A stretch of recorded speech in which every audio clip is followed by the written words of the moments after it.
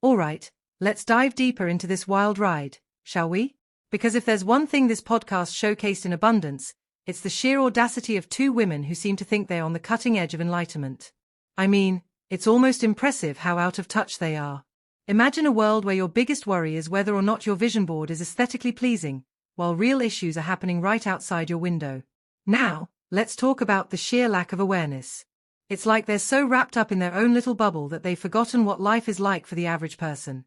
They're out here preaching about self-love as if they've never faced a real struggle in their lives. And maybe they haven't. Maybe their biggest concern is choosing which organic, gluten-free snack to munch on while they sip their artisanal herbal tea. Meghan had this air of superiority, like she was the chosen one to lead us all to some kind of spiritual awakening. But honestly, it felt more like a bad infomercial for a product no one wants.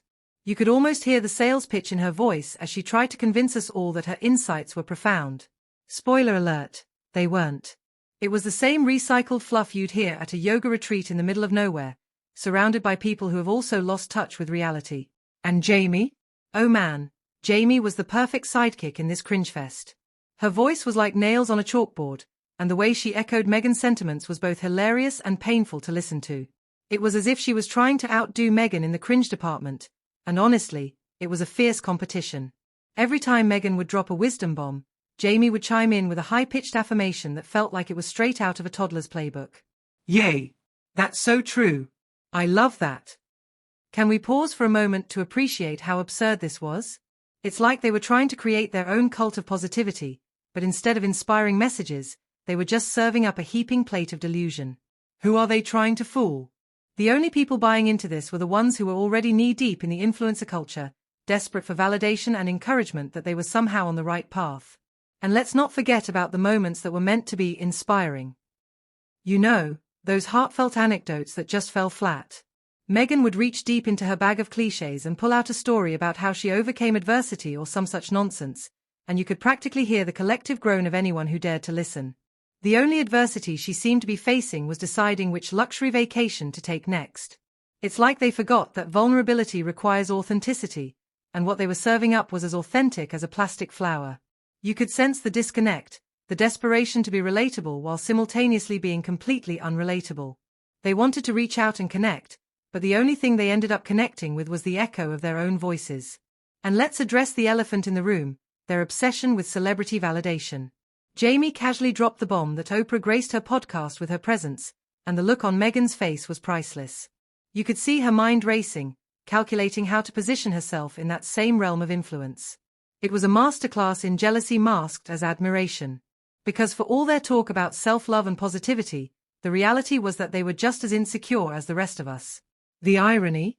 They were trying to preach about self-acceptance while clearly struggling with their own sense of self-worth.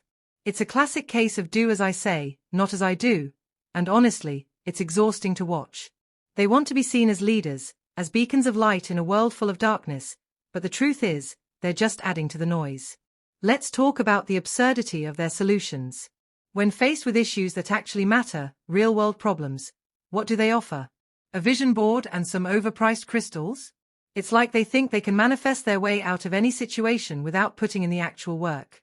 That's not how the world works, ladies.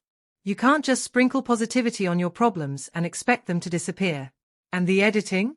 Oh boy, the editing was a whole experience. It felt like the editor was just as confused as the rest of us, trying to figure out how to piece together this train wreck into something coherent. The awkward pauses lingered for an eternity, and the cuts between their over-the-top reactions made it feel like a parody of itself. It was almost like watching a reality show where the producers knew the cast was a disaster but decided to roll with it for the entertainment value. In the end, what we witnessed was a bizarre spectacle of self-importance and delusion, a shining example of how influencer culture can warp reality.